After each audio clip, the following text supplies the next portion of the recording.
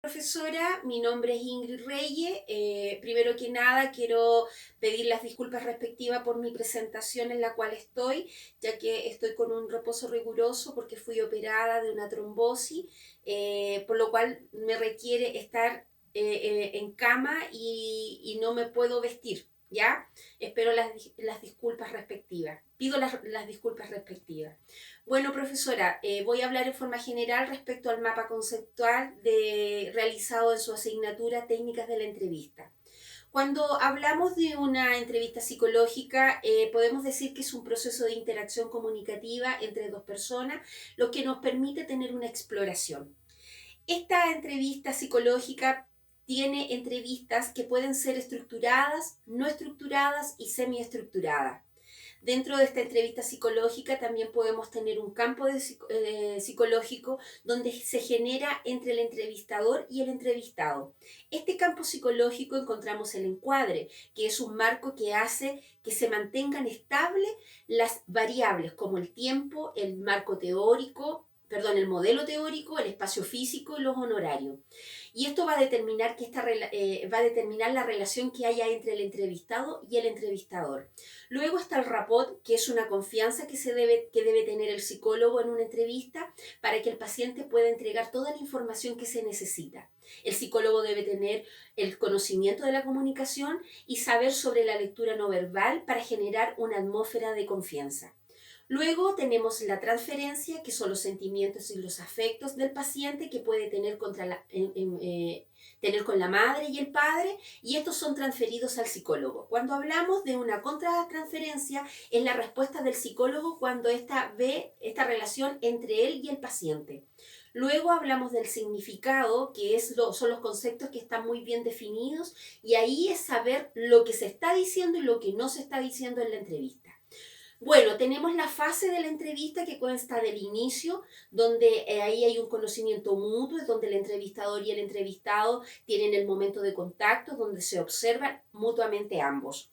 Luego tenemos el desarrollo. En este desarrollo aquí el psicólogo explora, identifica el problema, y en esta fase es donde el psicólogo extrae el motivo de la consulta. Las variables ya están incorporadas, los factores se pueden influir y el psicólogo también va generando hipótesis de la cual es la causa de lo que el paciente tiene.